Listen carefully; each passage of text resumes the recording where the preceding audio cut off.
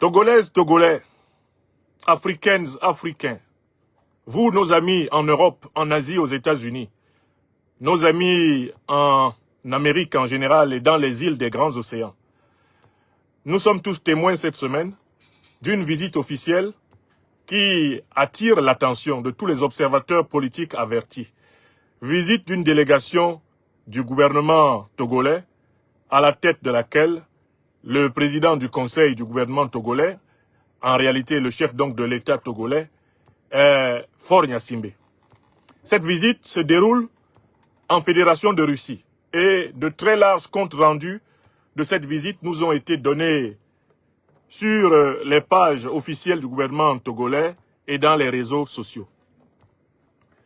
Si je pouvais résumer le contenu de cette visite et ce qui semble avoir été acquis dans le cadre de cette visite, c'est que le président togolais Faure Gnassingbé et le président russe Vladimir Poutine s'engagent à renforcer les relations diplomatiques entre leurs pays respectifs par l'ouverture d'une ambassade spécifique de la Russie en République du Togo et bien sûr d'une ambassade spécifique de la République du Togo en Russie. D'abord donc, renforcement des relations diplomatiques. Le deuxième élément qui émerge de cette visite officielle, c'est le renforcement des relations sécuritaires entre les deux pays. Sur la base d'un accord de partenariat de défense, le Togo et la Russie s'engagent à s'assister mutuellement sur le terrain de la défense, ce qui suppose l'arrivée imminente,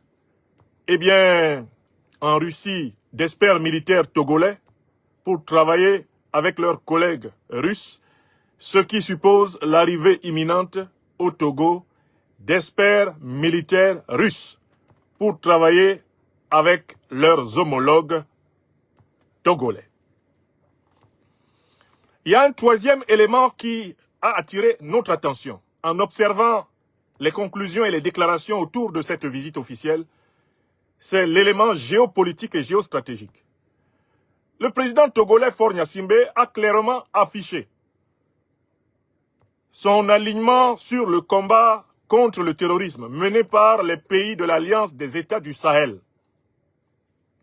Il est même allé jusqu'à remercier et féliciter le président Vladimir Vladimirovitch Poutine, président de la Fédération de Russie, pour son rôle de partenaire de poids des trois pays de l'Alliance des États du Sahel, le Mali, le Burkina Faso et le Niger, qui combattent le terrorisme qui a été déversé sur l'Afrique à travers le saccage de la Libye par les forces de l'OTAN. Les mots utilisés par le président togolais sont extrêmement lourds. Et voilà pourquoi, avant de le commenter davantage, je voudrais qu'on écoute ce qu'il a dit. Non seulement il s'aligne sur la question de la lutte antiterroriste, sur la même position que l'AES. Il félicite l'AES et considère que l'AES est la digue. C'est grâce à l'AES que l'Afrique de l'Ouest n'est pas entièrement écrasée et envahie par les terroristes. L'AES est la forteresse et la muraille qui protège l'Afrique de l'Ouest. Il va plus loin, il dit que l'AES a réussi parce que la Fédération de Russie l'accepte. La soutient, pardon. Et il va encore plus loin et il dit qu'il remercie le président Poutine en soutenant l'AES d'avoir ainsi contribué à la défense de l'Afrique de l'Ouest. Et le président togolais pousse le bouchon jusqu'à dire qu'il parle au nom de toute la région ouest africaine et qu'il remercie le président de la Fédération de Russie pour le rôle qu'il a joué aux côtés de l'AES afin de sauver, de protéger, de défendre la région ouest africaine contre les mercenaires du terrorisme. Tel que je le présente, vous pourriez penser que je suis en train d'inventer ces propos. Voilà pourquoi je souhaite que le président togolais parle lui-même et qu'on entende ce qu'il dit de sa propre bouche. Voici les paroles fortes qu'il prononce au Kremlin, devant la presse, lors de la conférence de presse mutuelle entre lui et le président russe. Donnons la parole à M. Faure Gnassingbé. Nous venons d'une région, Monsieur le Président. Voilà, hop. Ça prend moins d'une minute. Écoutons-le. Nous venons d'une région, Monsieur le Président, comme vous savez, qui est en proie au terrorisme. Et donc la sécurité est importante pour nous. Et je voudrais vous remercier d'avance de tout ce que vous faites pour nos frères de Mali, du Niger, du Burkina Faso, qui sont en première ligne dans cette lutte. Mais cette lutte aussi vous concerne. Parce que si la digue de ces trois pays cède, c'est vous même qui seront affectés. Donc ce que vous faites pour ces trois pays, vous le faites également toute la région du Sahel et également pour la CEDEAO. Et je voudrais, au nom de ma région, de la région de l'Afrique de l'Ouest, vous dire un sincère merci de vous témoigner votre gratitude. On dit que l'État c'est nous. Vous avez entendu les propos de Faure Gnassingbé? Premièrement, l'Afrique est attaquée par le terrorisme. Je vous rappelle qu'il n'a pas dit le djihadisme. Les France-Africains classiques sont connus par le fait qu'ils utilisent le mot djihadiste. Parce qu'ils valident le narratif de l'OTAN, le narratif du néocolonialisme français à propos de l'origine de la déstabilisation du continent. Les néocolonialistes utilisent constamment le mot djihadiste pour désigner les terroristes. Parce que par ce mot, on donne l'impression que l'Afrique est victime d'une guerre de religion. Faure Gnassingbé n'utilise pas le référentiel numéro 1 du narratif otanien, néocolonialiste français et France-africain sur la lutte antiterroriste. Il n'appelle pas les terroristes djihadistes. Parce qu'il sait que ce ne sont pas des agents d'une expansion de type religieux. Il sait qu'il s'agit ni plus ni moins que de terroristes mercenaires de l'OTAN qui ont saccagé la Libye en bonne intelligence avec les forces de l'OTAN dirigées par les États-Unis d'Obama, la France de Sarkozy, la Grande-Bretagne de David Cameron. Ces terroristes mercenaires d'Al-Qaïda et de l'État islamique ont été armés au Moyen-Orient, armés en Libye, et ont été chargés d'envahir toute la bande sahélienne. On ne peut pas les appeler djihadistes. On doit les appeler terro-impérialistes, au minimum terroristes. Deuxième élément important de l'intervention que vous avez écouté, que je vais vous faire réécouter. Faure Gnassingbé dit que le partenariat entre le Mali, le Burkina Faso et le Niger, dans le cadre de l'AES, est ce grâce à quoi l'Afrique de l'Ouest a été protégée. Sans l'alliance des États du Sahel, l'Afrique de l'Ouest toute entière serait envahie par les organisations terroristes. Il utilise une expression géostratégique et géotactique particulière pour désigner l'AES. Il dit que l'AES est la digue de l'Afrique de l'Ouest. Qu'est-ce que c'est qu'une digue? Une digue est une tranchée qui est constituée pour empêcher des flots d'un cours d'eau indésirable de déborder et d'envahir une région à protéger. Une digue, c'est une forteresse construite pour empêcher des forces d'invasion, des forces de destruction, eh bien, de prendre le pas. L'AES, nous dit en quelque sorte Faure Gnassingbé, est le bouclier de l'Afrique de l'Ouest. Je vous rappelle qu'à aucun moment, il ne cite le nom d'une organisation moribonde, lâche, néocolonisée, criminelle, indigne, abjecte, une organisation vomissure qui s'appelle la CEDEAO. Le mot CEDEAO ne sort pas une seule fois de la bouche de Faure Gnassingbé, alors que celui-ci et son pays, le Togo, sont membres de la CEDEAO.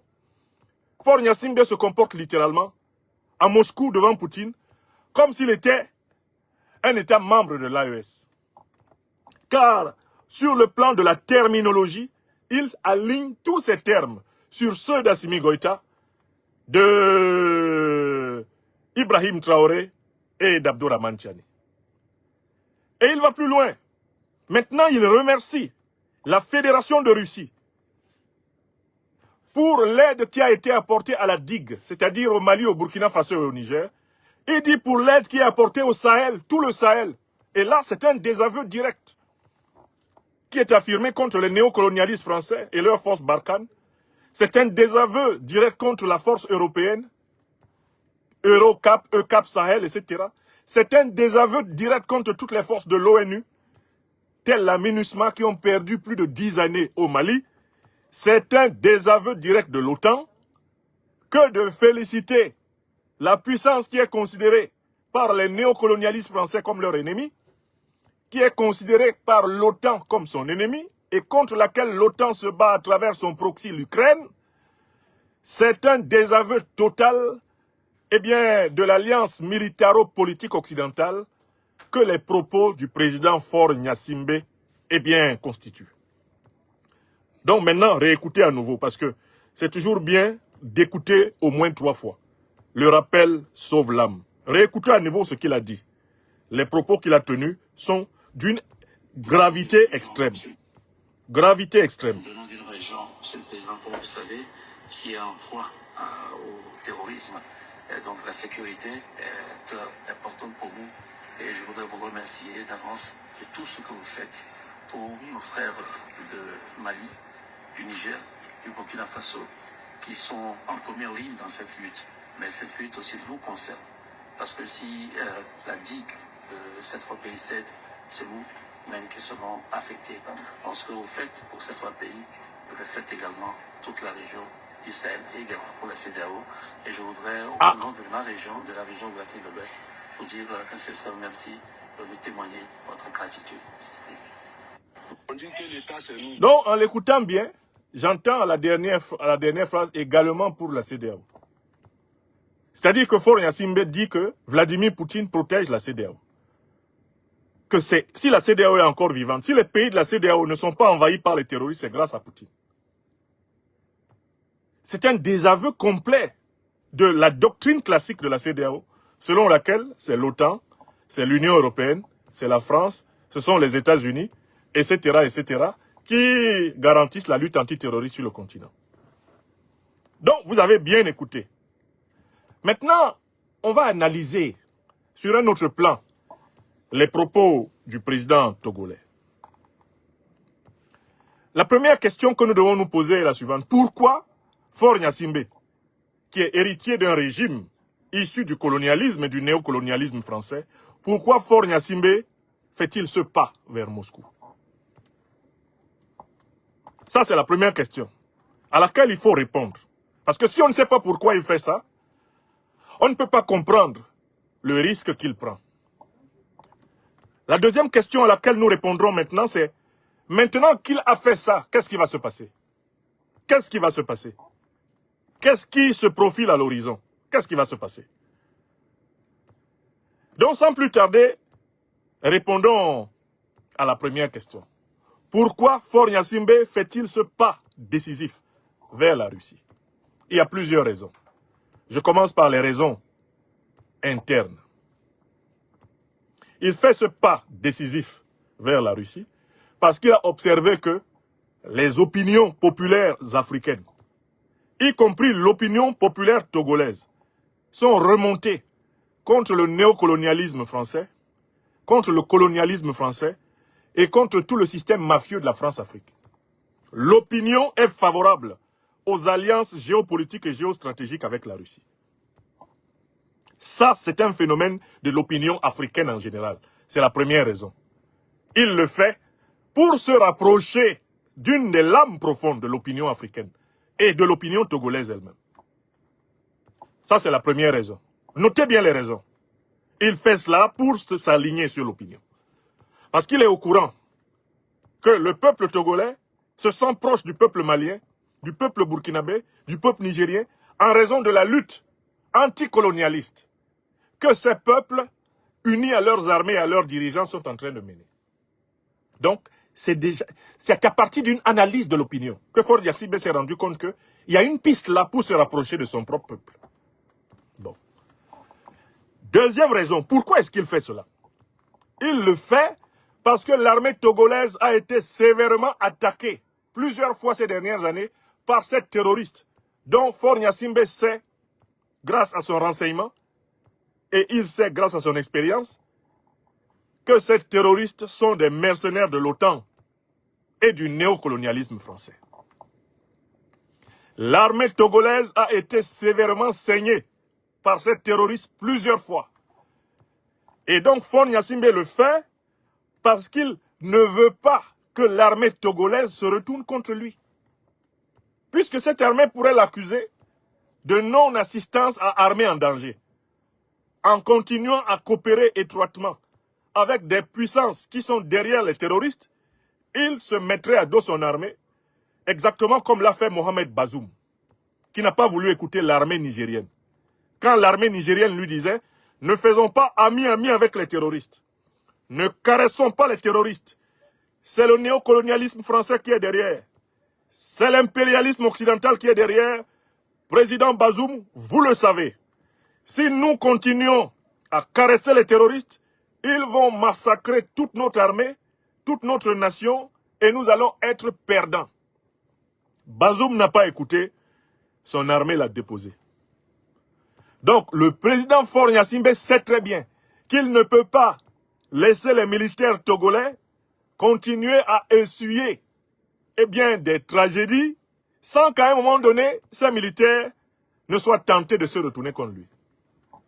Donc, le pas vers la Russie est une manière aussi de souder sa relation à son armée et de leur dire « Je suis solidaire de mes soldats qui ont été tués par les terroristes et je ne vais pas continuer à faire preuve de négligence et de laxisme envers les puissances qui financent, qui arment, qui renseignent les terroristes qui ont tué mes soldats. » Est-ce que vous notez les raisons? Nous sommes en analyse géopolitique. Pourquoi Faure Gnassingbé fait-il cela? Deuxième raison, pour ne pas retourner son armée contre lui. Parce que si les terroristes continuent les massacres de militaires togolais qu'ils ont commencés, l'armée togolaise va demander des comptes à son propre chef en disant c'est la politique antiterroriste que nous menons qui expose nos troupes. Donc, si vous ne prenez pas des mesures fortes, ça veut dire que vous êtes contre nous. Mais il y a une troisième raison pour laquelle il le fait. La troisième raison pour laquelle il le fait, c'est qu'il a observé à travers le continent le salaire qui a été versé à tous les dirigeants africains qui ont servi aveuglément le néocolonialisme français. Il a bien vu comment on a traité Kadhafi. Il a bien vu l'impuissance du néocolonialisme français à sauver Bazoum. Il a bien vu comment on a traité Alpha Condé. Il se souvient de comment on a traité Mobutu. Et donc il sait que le partenaire sécuritaire français n'est pas fiable. Il a vu comment on a traité Blaise Compaoré. Il sait que le partenaire sécuritaire français n'est pas fiable. Et qu'à tout moment, celui-ci peut te faire faux bond. Donc la troisième raison, c'est qu'il en a eu sa claque du partenariat étroit avec la France. Troisième raison, Faure Gnassingbé en a eu sa claque du partenariat étroit avec la France. Il a perdu toute confiance en ce partenariat, notamment aussi parce qu'on s'est mis à utiliser les affaires de biens mal acquis pour le harceler, comme on le fait pour tous les autres héritiers de la France-Afrique, dans le but de les dépouiller des biens qu'ils possèdent ici et qui ont été obtenus grâce justement au fond de leurs États respectifs. Souvenez-vous de l'affaire Bongo, des biens de Bongo, les biens de Félix Houphouët-Boigny, les biens de Mobutu, les biens de Bokassa, eh bien, tous les chefs d'État issus du processus colonial, néocolonialiste français, et qui ont accumulé des biens ici, en France, sont en train d'être dépouillés. On a même dépouillé les Équato-Guinéens. Je dis bien dépouillés. C'est-à-dire que tout ce qu'ils ont acheté et qu'ils ont placé ici, tous les comptes bancaires juteux qu'ils ont pu ouvrir et qu'ils ont placés ici, les gens leur ont mis la main dessus. Et au lieu de rendre cet argent, et c'est la situation même des biens du Tchad, des dirigeants tchadiens, au lieu de rendre cet argent au pays en question, mais le Trésor français verse ça tranquillement dans ses caisses. Par les temps qui courent à Paris, c'est la dèche. Ils sont en train de racler les biens des dirigeants africains qui ont commis l'imprudence de miser, de garder des billes chez eux. Donc, la relation de confiance qui était le nœud de la France-Afrique, de la génération du président Eyadema, de Mobutu, de Houphouët-Boigny, d'Amadou Ahidjo, toute cette génération-là qui fermait les yeux sur ce que la France pouvait faire dans le continent, cette génération a disparu. Désormais, tous les dirigeants africains, y compris donc surtout ceux qui sont encore au pouvoir, se méfient. Ils se méfient, comme de l'huile sur le feu, du néocolonialisme français. En raison de l'ingratitude des dirigeants de la Ve République, qui ont été d'un tel cynisme envers leurs meilleurs serviteurs sur le continent africain que plus personne n'a confiance en eux. Donc, rupture de confiance, rupture profonde de confiance avec la France. Ça, c'est la troisième raison. C'est pour cela que Faure Gnassingbé le fait. Il y a une quatrième raison. La quatrième raison, c'est la forte fraternité. Et vous devez constater que c'est cela. La forte fraternité qui lie le président togolais au chef d'État de l'AES. Cette fraternité est née du fait que, lorsque la CEDEAO voulait couper la tête au Mali, couper la tête au Burkina, couper la tête au Niger, à l'intérieur de la CEDEAO, le dirigeant qui s'est tenu debout et qui a dit non, le dirigeant qui a refusé que le Mali, le Burkina Faso et le Niger, la Guinée l'a également fait, jusqu'à un certain point. La Guinée de Mamadi Doumbouya, soyons honnêtes, a aussi refusé de participer à l'embargo contre le Mali, le Burkina Faso et le Niger. Mais à l'intérieur de la CEDEAO, le dirigeant qui a été l'obstacle majeur pour que la CEDEAO écrase l'AES en rond, qu'elle écrase le Mali, le Burkina Faso, c'est Faure Gnassingbé. Donc, sur le plan de la vision géopolitique et géostratégique, ces positions sont pratiquement à 80% concernant la situation du sous-continent ouest-africain, les mêmes que les positions du Mali, du Burkina Faso et du Niger. Lomé est devenu un port stratégique pour le Niger, pour le Burkina Faso et pour le Mali. Pour compenser la fermeture de la frontière bénino-nigérienne, c'est le Togo, c'est le port de Lomé qui a récupéré le jackpot. Et une partie même du fret qui peut remonter maintenant vers le Mali passe aussi prioritairement par le port de Lomé. Donc, il y a des intérêts géostratégiques, géotactiques, géoéconomiques extrêmement puissants entre les trois gouvernements. Voilà les raisons qui poussent en réalité Faure Gnassingbé à se rapprocher de cette façon de Poutine. Mais il faut regarder du côté de Poutine. Pourquoi Poutine fait-il cela? Pourquoi Poutine fait-il cela? J'ai donné 4 raisons du côté de Faure Gnassingbé et je vais donner 4 raisons du côté de Poutine et de la Fédération de Russie. Parce qu'il faut que vous sachiez quelles sont les intentions des Russes en Afrique. Pourquoi les Russes sont-ils si engagés en Afrique? La raison est très claire. La Russie est très engagée en Afrique parce qu'elle a conscience que l'Afrique est le continent pivot de l'équilibre géopolitique et géostratégique de la planète en raison de son abondance de richesses en matières premières stratégiques et en terres rares. Je recommence. La Russie a procédé à une analyse scientifique de la situation géopolitique et géoéconomique mondiale. L'Afrique est, volontairement ou pas, elle est de facto, en raison de son immense richesse minière, naturelle, de son potentiel économique énorme, l'Afrique est le point de bascule de l'équilibre du rapport de force eurasiatique. Et cela ne date pas du XXIe siècle. C'était déjà le cas à partir au moins du XIXe siècle. Le partage colonial de l'Afrique a déterminé le rapport de force entre les puissances eurasiatiques. Vous savez très bien que ce sont les troupes coloniales africaines mobilisées par la France qui lui ont permis de se libérer dans le conflit eurasiatique. Vous savez très bien que au XXe siècle, et Dr Susan Williams a écrit un magnifique livre là-dessus, sur la naissance de la bombe atomique américaine. Vous savez que la bombe atomique américaine est originaire du sous-sol congolais. Tout au long du XXe siècle, les services secrets américains et soviétiques se sont affrontés en Afrique. Et ils continuent à s'affronter pour le contrôle des matières premières stratégiques qui leur permettent de fabriquer des armes stratégiques lourdes. Il y a toute une littérature à lire sur la bataille de l'uranium. Et je vous rappelle souvent une lettre écrite par Albert Einstein Elle a été écrite au mois d'août 1939. Août 1939, c'est une lettre écrite par Albert Einstein au président américain d'alors, qui s'appelle Franklin Delano Roosevelt.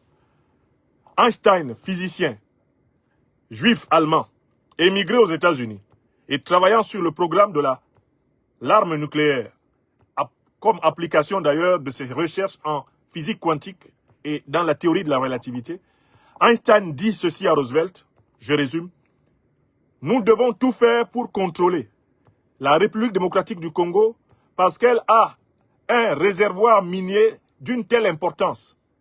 Elle possède des réserves en uranium qui sont d'une telle importance qu'il ne faut pas que ces réserves se retrouvent entre les mains des ennemis des États-Unis.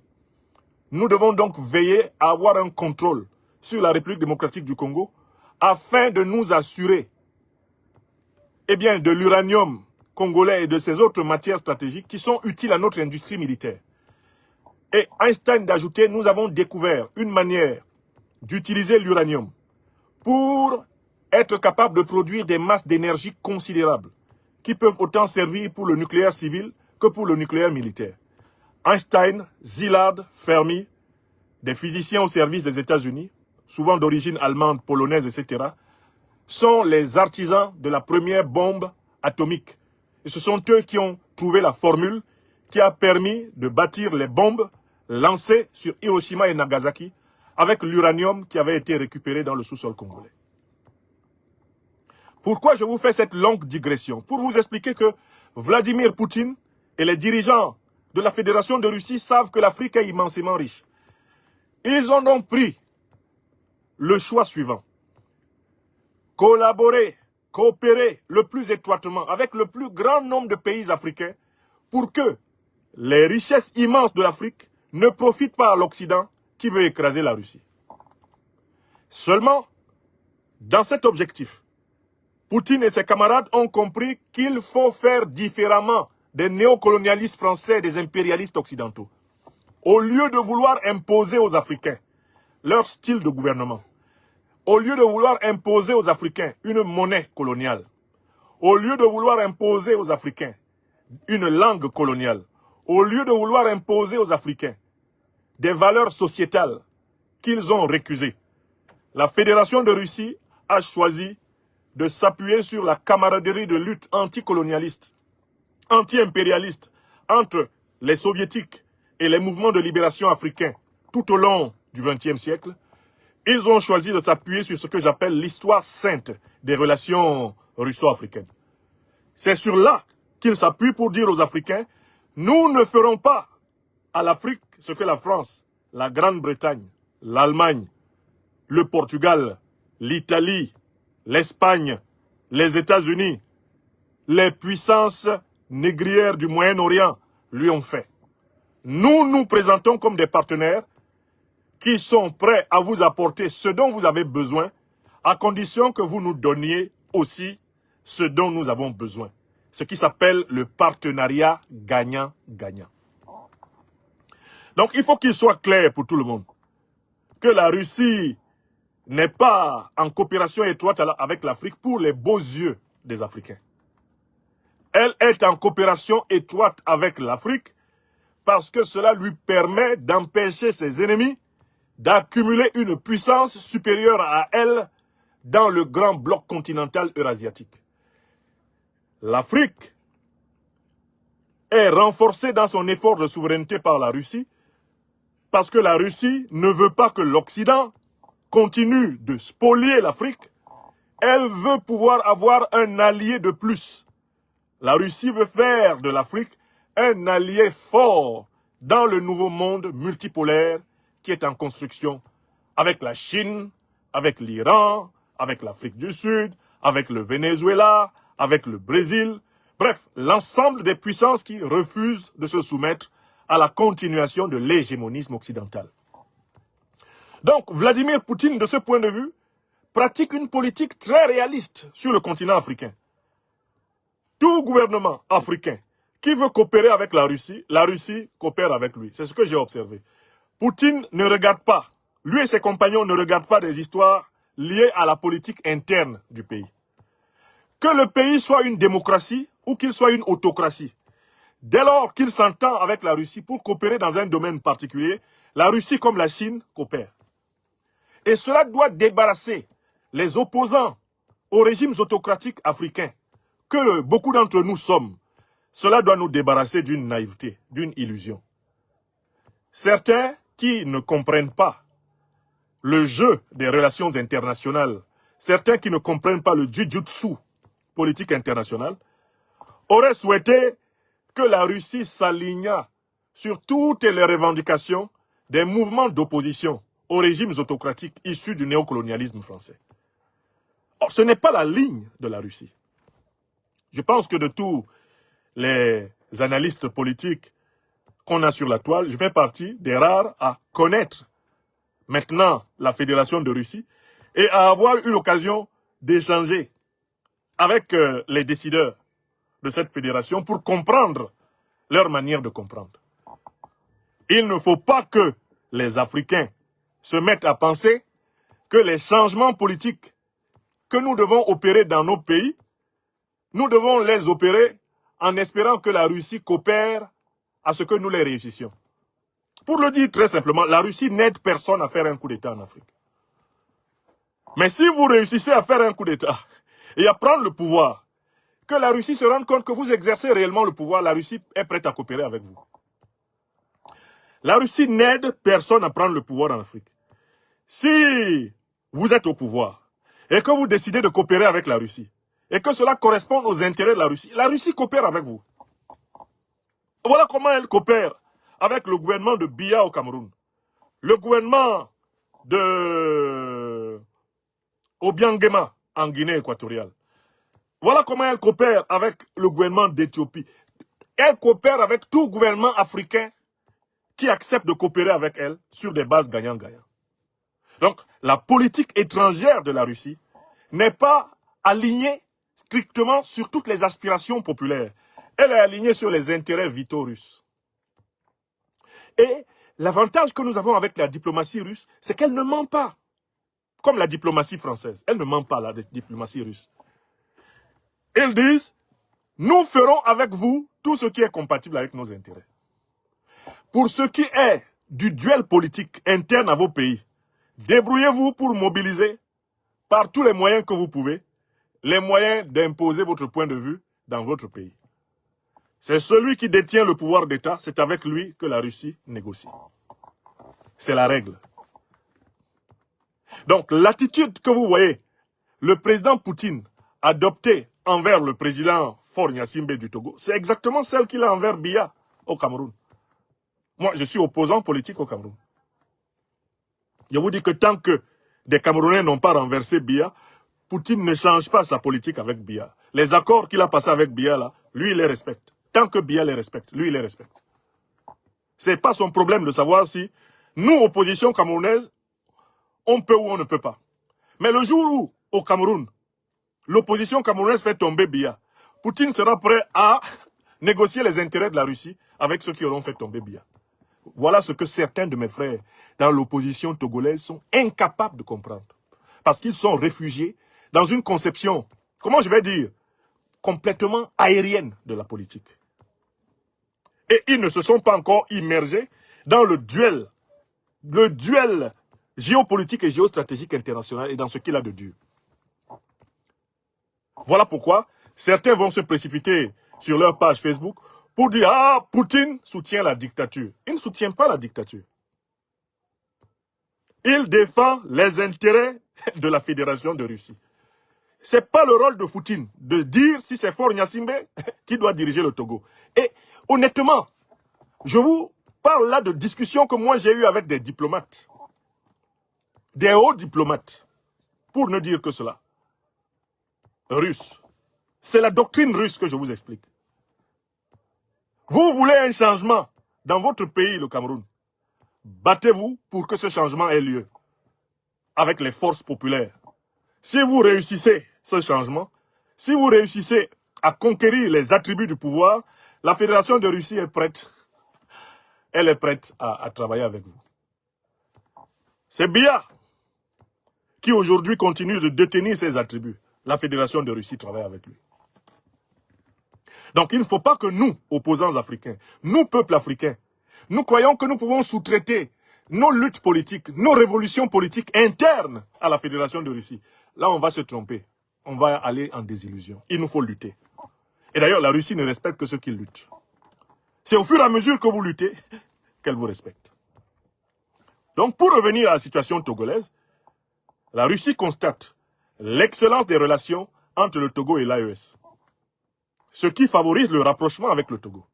La Russie constate que le Togo a donné son port à l'AES, que le président togolais a refusé de s'aligner sur la posture belligérante de la CEDEAO néocoloniale. Ça, le président russe observe cela. Et dans ces conditions, il engage la coopération. Mais ne pensez pas que le président russe ne connaisse pas l'histoire du régime togolais. Il connaît toute l'histoire de ce régime-là. Ses conseillers l'ont entièrement briefé sur comment le président Faure Gnassingbé est arrivé au pouvoir en 2005, comment le président Gnassingbé Eyadema est arrivé au pouvoir en 1967, quelle est l'histoire de la République du Togo, comment, eh bien, le président Sylvanus Olympio a été éliminé. Les Russes, ils connaissent notre histoire. Vous savez, eux, ils ont un institut entièrement consacré à nous étudier, à étudier l'Afrique. Institut d'études africaines et du Moyen-Orient et de l'Asie. Ils ont des gens là-bas qui sont toute la journée en train d'écrire des fiches sur l'Afrique. C'est nous qui ne travaillons pas assez. Parce que de la même façon, nous devons avoir des instituts spécialisés sur l'Europe, spécialisés sur l'Amérique, spécialisés sur l'Asie. Eux, ils les ont. Moi, je suis, depuis 3 ans, régulièrement invité aux travaux de l'Institut d'études africaines de l'Académie russe des sciences. Institut d'études africaines de l'Académie russe des sciences. C'est-à-dire qu'ils ont pris tout un groupe de chercheurs, pratiquement 300 à 400 chercheurs. Ils les ont mis au travail sur l'Afrique. 300 à 400 chercheurs dans toute la Fédération de Russie. Leur travail, là, c'est de nous étudier, nous. Mais c'est exactement ce que les pays africains doivent faire. Nous devons avoir des équipes spécialisées qui maîtrisent l'Amérique, qui maîtrisent la France, l'Europe, qui maîtrisent la Russie, qui maîtrisent la Chine. Et c'est grâce à cela que nos dirigeants peuvent avoir des conseils éclairés et éclairants et mener des politiques efficaces. Donc, la deuxième raison, ce sont les intérêts vitaux de la Russie qui déterminent, il faut que tout le monde le sache, qui déterminent sa politique internationale. Enfin, il y a une troisième raison pour laquelle Poutine est ouvert à l'évolution de la coopération sur les différents points que j'ai soulignés. La troisième raison, c'est que Poutine sait que Emmanuel Macron est à la tête de ses ennemis géopolitiques et géostratégiques. Si le Togo se rapproche davantage de la Fédération de Russie, cela va affaiblir davantage le néocolonialisme français. Et Vladimir Poutine est un très grand joueur d'échecs. Il sait que le pas de Faure Gnassingbé vers lui déséquilibre Macron, déséquilibre les néocolonialistes français qui avaient pris l'habitude de considérer le Togo comme étant tout naturellement leur précaré parce que ce sont eux qui ont imposé le régime du président Eyadema à la tête du Togo. Ça, c'est la vérité historique. Ils ont été les parrains de ce régime depuis sa naissance. N'est-ce pas? Et donc, le pas du président Faure Gnassingbé vers Moscou est vécu à Paris comme une déchirure. Et je voudrais vous lire un article qui illustre ce que je viens de vous dire. Un article, parce qu'il faut savoir que ce pas-là, si Poutine le fait, c'est pour enfoncer encore plus Macron. Et que Macron a, pour ainsi dire, le macabo.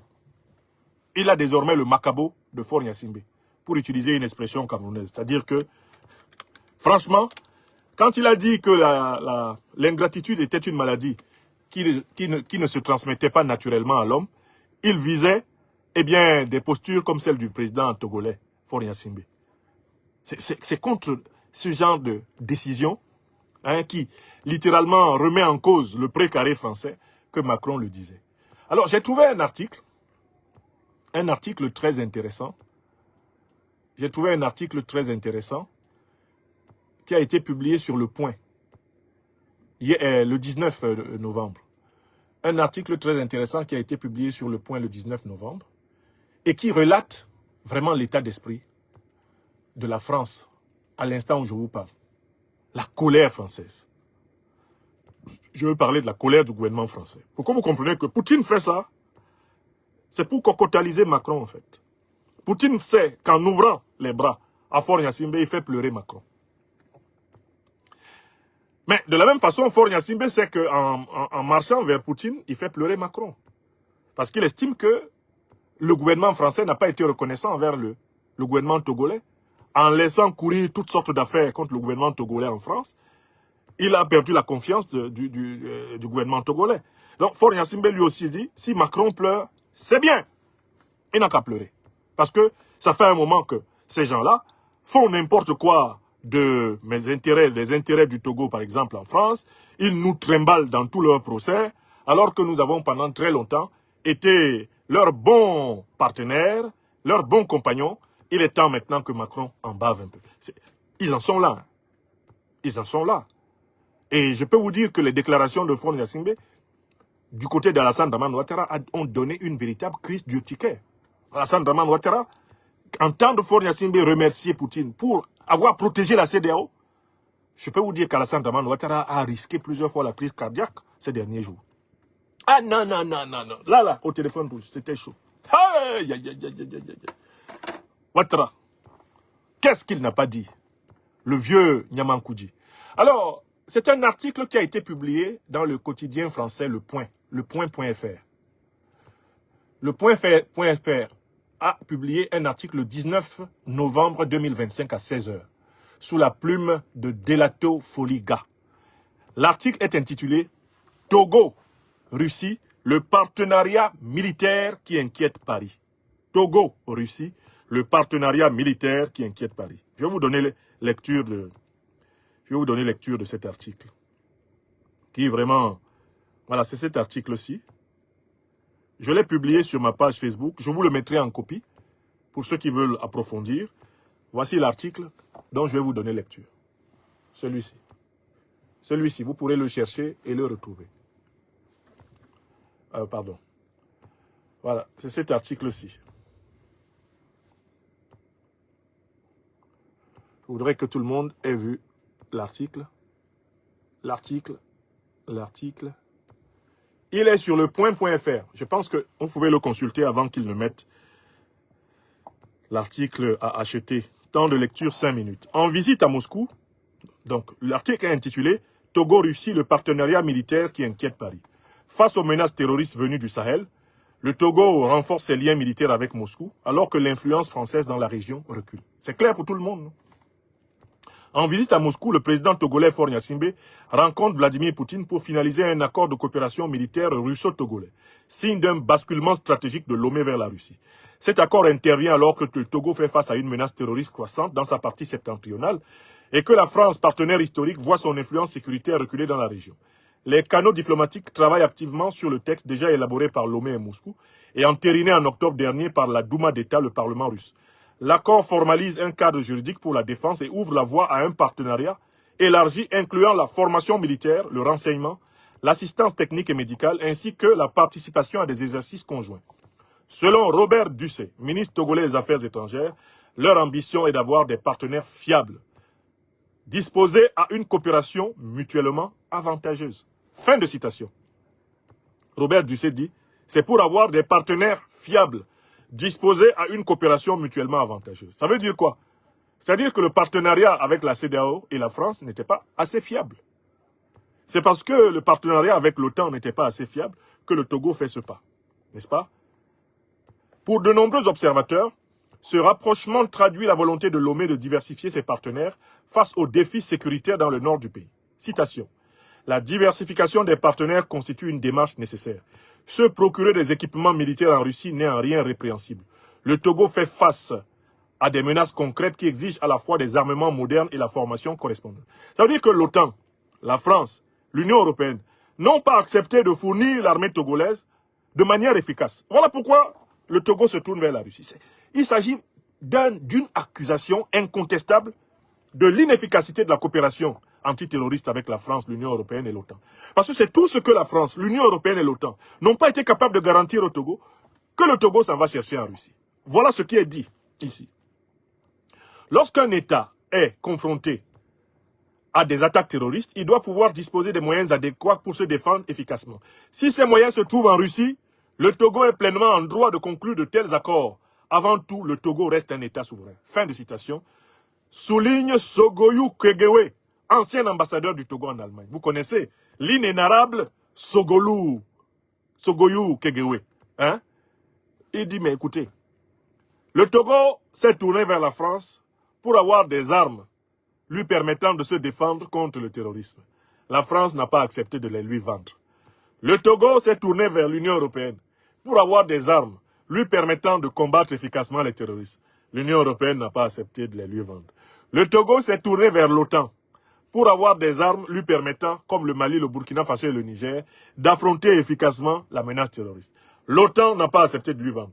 Dans ces conditions, le Togo se retourne vers la Russie, parce que la Russie, elle accepte de vendre. Voilà ce que dit l'inénarrable Sogoyou Kegewe, ancien ambassadeur du Togo en Allemagne. Et l'article continue. Le Togo dispose d'un arsenal hétérogène, comprenant également des armes russes, chinoises et israéliennes. Néanmoins, la France reste le principal fournisseur d'armes du pays depuis plusieurs décennies. Bien que Lomé et Paris entretiennent des liens diplomatiques solides depuis 65 ans, le nouvel accord de coopération militaire russo-togolais marque un tournant stratégique majeur. Selon plusieurs observateurs, il serait mal perçu par certains partenaires traditionnels occidentaux, dont la France, qui a longtemps été le principal partenaire militaire du Togo depuis 1963. C'est-à-dire depuis la période de la chute organisée de Sylvanus Olympio. Citation.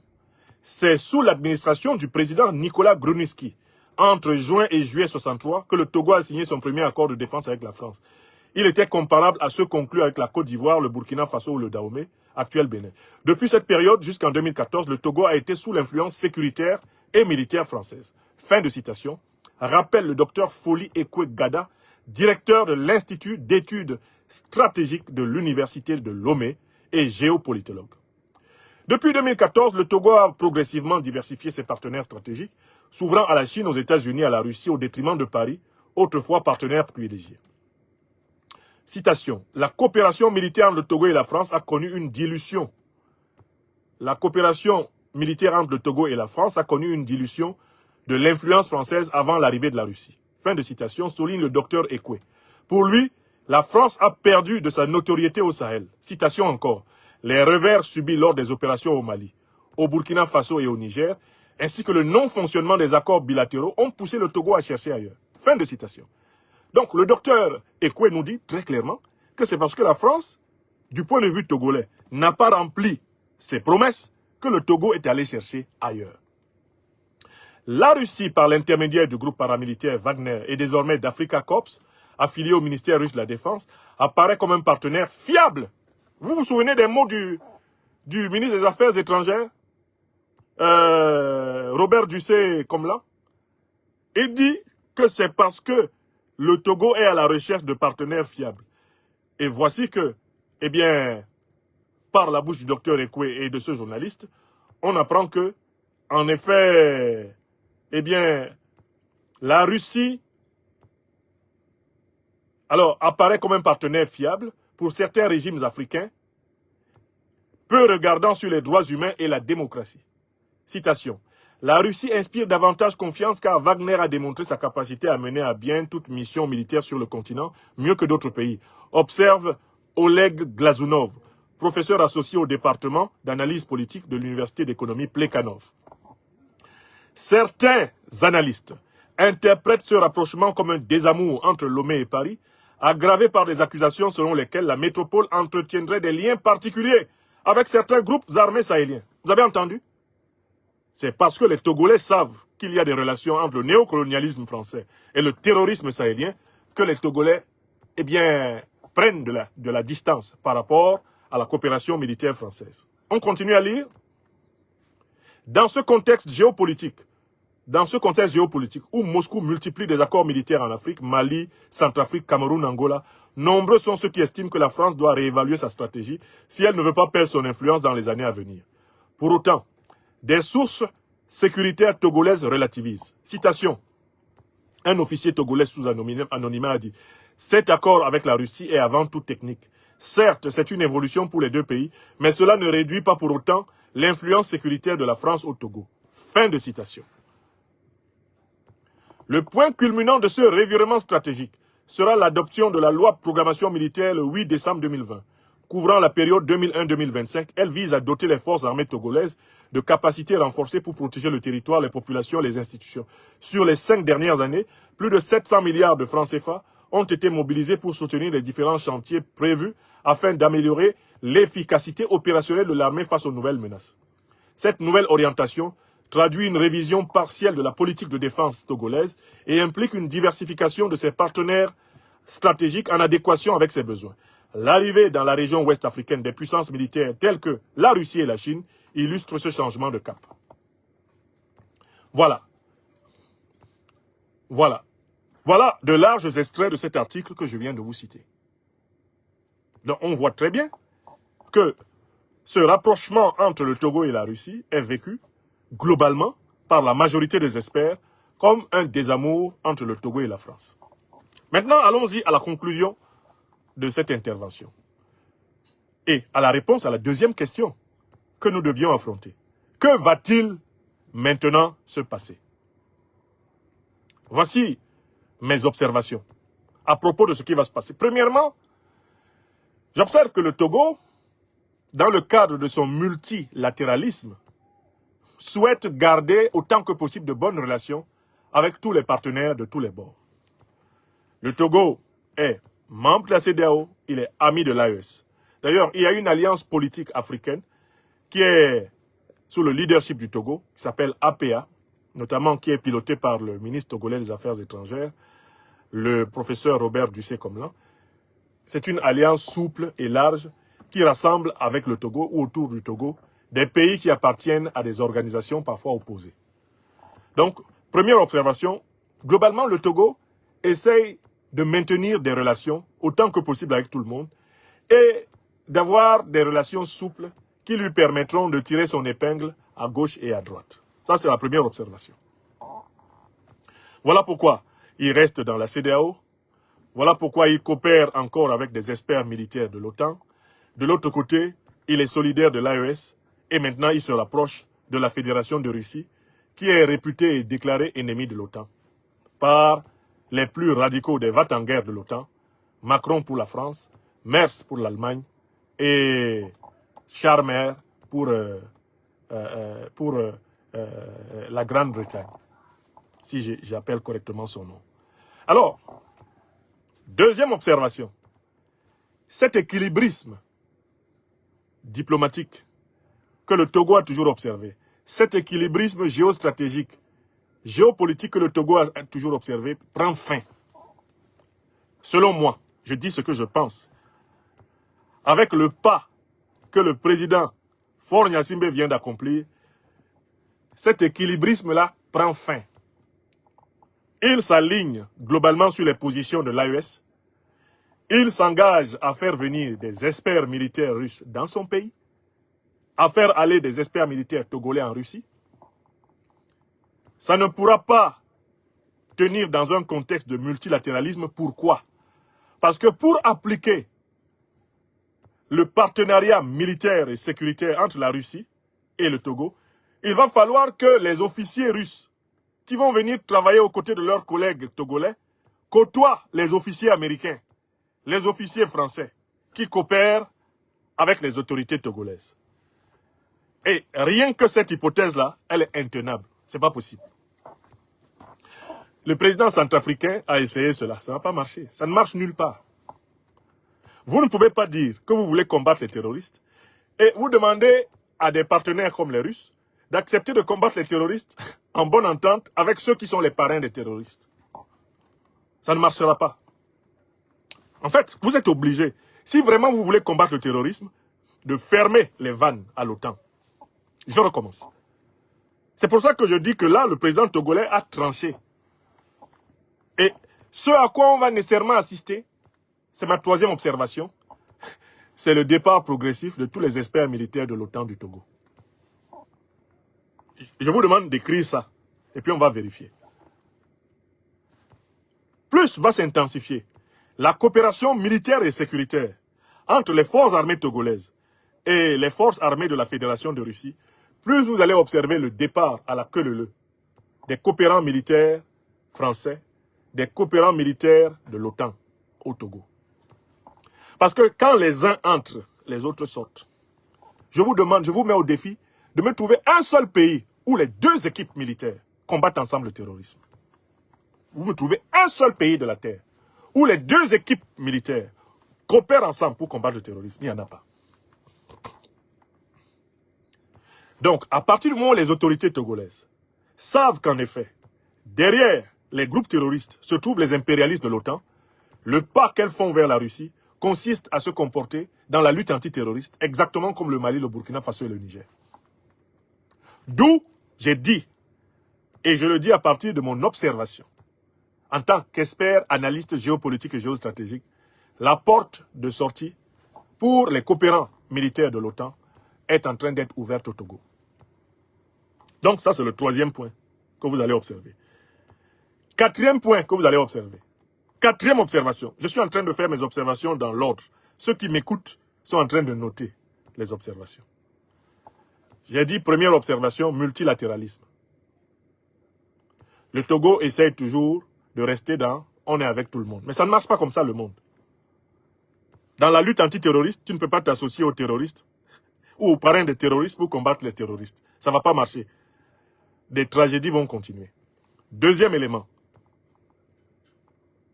C'est un pas extrêmement important qui est fait.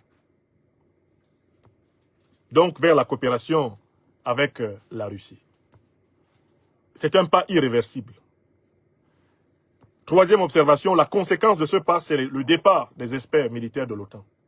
Ils vont partir par petites grappes. Maintenant, quatrième observation, les experts militaires occidentaux, les néocolonialistes ne partent jamais sans grabuge. Je recommence. Les experts militaires de l'OTAN, là, quand tu commences à leur dire « partez », il faut t'attendre à ce qu'ils te grattent un peu. Et même qu'ils fassent mieux que ça avant de partir. Ils ne partent jamais simplement. En partant, il faut t'attendre à des séismes. Parce qu'ils font tout pour punir celui qu'ils considèrent comme n'ayant pas été reconnaissant envers eux. Macron l'a dit, l'ingratitude est une maladie non transmissible à l'homme. À partir du moment où la coopération militaire avec la France va devoir prendre fin, puisque les experts militaires français ne seront plus associés aux opérations antiterroristes togolaises, quand ça va s'étendre à l'ensemble des experts militaires des pays de l'OTAN, ah oui, quand ça va s'étendre à eux, vous avez construit un front face à vous. Le même front qu'affrontent aujourd'hui le Mali, le Burkina Faso et le Niger, le Togo, doit se préparer à l'affronter. Parce qu'il aura affaire à ce front. Ils ne partent jamais sans avoir dit comme Christian Cambon, président de la commission de défense au Sénat français, le Mali regrettera amèrement de s'être séparé brutalement des forces françaises. Il a dit ça. Et on est dedans. On est dans cette bataille. La dernière bataille de la tentative de coup d'État énergétique, ce n'est rien d'autre que la suite de cette imprécation rageuse de Christian Cambon. C'est la théorie de la punition contre les ingrats infrahumains. La théorie de la punition contre les ingrats infrahumains inventée par Macron. C'est elle qui s'applique contre tout pays africain qui refuse de faire les 4 volontés de l'OTAN et de ses alliés. Mais je ne peux pas conclure cette émission sans montrer que c'est d'autant plus complexe qu'il y a un autre problème. C'est que le processus de réconciliation nationale au Togo est pour le moment à l'arrêt. C'est-à-dire que ces experts otaniens ne manqueront pas de tout faire pour profiter de la fragilité du consensus politique interne togolais pour remuer dans l'après. Parce que vous savez, eux, leur force, c'est diviser pour mieux régner. Ils savent que l'opposition togolaise, eh bien, est dans une situation d'exclusion politique du pouvoir qui est tenu par le régime du président Faure Gnassingbé et que le pays est politiquement divisé. Donc, n'oubliez pas que les Otaniens, eux, ils adorent des situations comme ça. D'où la seule recommandation, le seul conseil que je puisse donner aux dirigeants togolais, le seul conseil que je puisse donner à l'opposition togolaise, c'est s'il vous plaît, il faut hâter la réconciliation nationale. Il faut hâter le rassemblement des Togolaises et des Togolais autour de la vérité, de la justice, de la solidarité. Il faut tout faire pour mettre en confiance tous ceux qui veulent véritablement participer au développement du Togo. Parce que c'est dans la division de la nation que l'OTAN, que le néocolonialisme français et l'impérial terrorisme prospèrent. Et ça dépend des autorités togolaises actuelles, du président Faure Gnassingbé. Cela dépend du leadership de l'opposition.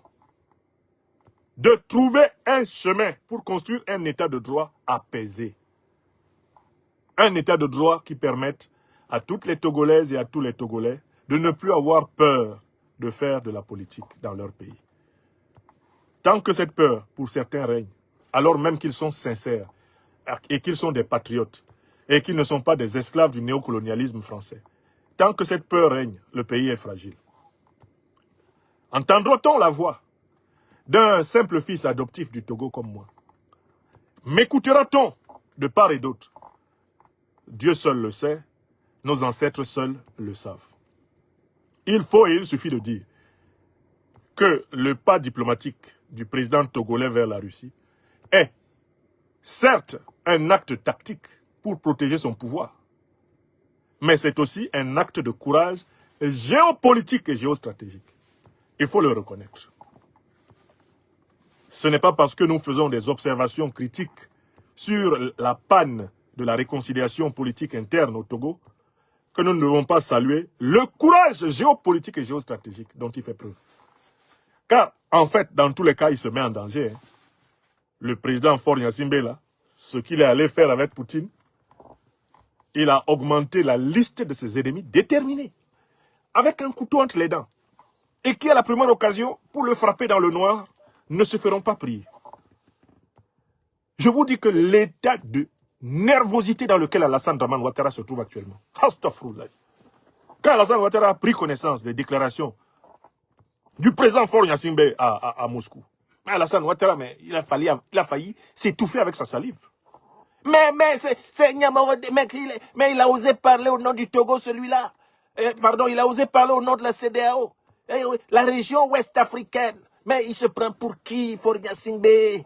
On dit, mais patron, calmez-vous. Chou, faut te calmer. Tu risques de faire une crise cardiaque, Chou, attention.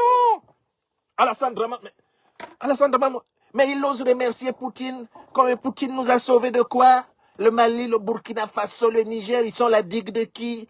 Mais ce Faure Gnassingbé va avoir affaire à moi. Hein. On se connaît à Abidjan ici en détail. Ah non. Ça, je vais jamais accepter ça. Ouattara s'est précipité sur son téléphone rouge, a appelé le patron.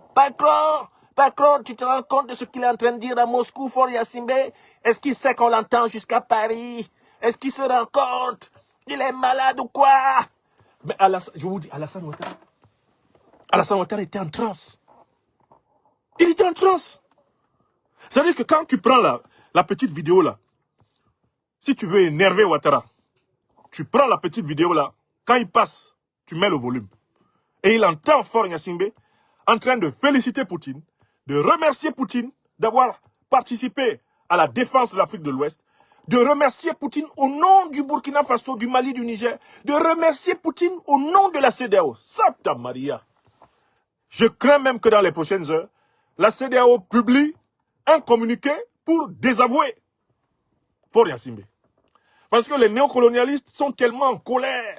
Ils sont en train d'appeler le président de la commission de la CEDEAO. C'est pas possible, vous ne pouvez pas accepter ça. Vous lui avez donné mandat pour aller parler au nom de la CEDEAO. Donc, dans les prochains jours, là, vous allez assister à une tension. Certains des plus grands valets de la France-Afrique et la CEDEAO vont demander au Togo de quitter l'organisation. Au nom de Dieu, vous allez voir ça. Et oui, vous allez voir. Ça va barder à Bardaï.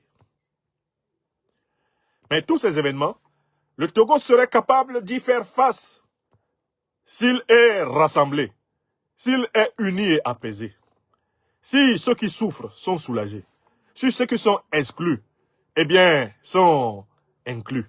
Si le pays retrouve un chemin d'espérance et d'harmonie, il serait capable d'affronter ces défis en association ferme avec l'Alliance des États du Sahel et dans le cadre du jujutsu géopolitique et géostratégique du monde multipolaire. Hélas, ceci ne dépend pas de moi. Et cela ne dépend pas de la plupart d'entre ceux qui me regardent ici. Cela dépend du peuple togolais. Cela dépend de l'élite politique togolaise.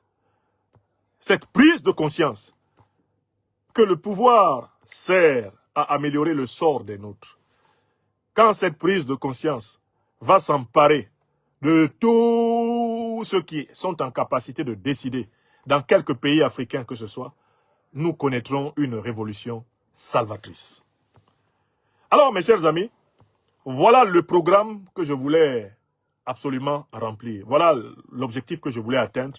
Vous permettre de lire dans toute sa portée, eh bien, la démarche diplomatique du président togolais avec les enjeux et les dangers qui sont liés à cette démarche.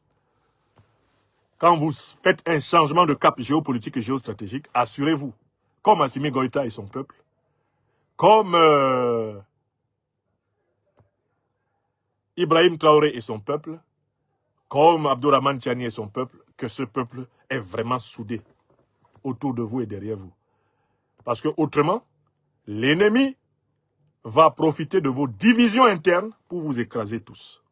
Voilà le danger que peut courir le Togo aujourd'hui et que courent tous les pays africains qui veulent s'engager dans la révolution de la souveraineté, mais qui sont affaiblis par leurs dissensions politiques internes.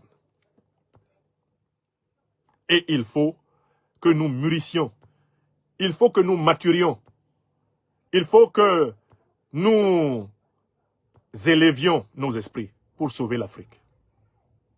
Nous ne pourrons pas sauver l'Afrique en restant au niveau de nos calculs personnels, de notre profit personnel, de notre intérêt purement personnel. Il nous faut faire acte de transcendance pour libérer l'Afrique. En tout cas, cette visite du président togolais à Moscou marquera l'histoire de la diplomatie non seulement russo-togolaise, mais c'est une étape particulière de ce que j'appelle la victoire de l'Alliance des États du Sahel. La victoire de l'Alliance des États du Sahel n'est pas qu'une victoire politique, ce n'est pas qu'une victoire géostratégique, géopolitique, c'est une victoire morale et spirituelle. Les idées de l'AES s'imposent, car quand c'est vrai, en effet, c'est vrai. Quand c'est vrai, en effet, c'est vrai. C'est pour cela que les idées de l'AES sont en train de triompher. Elles sont en train de triompher, les idées de l'AES.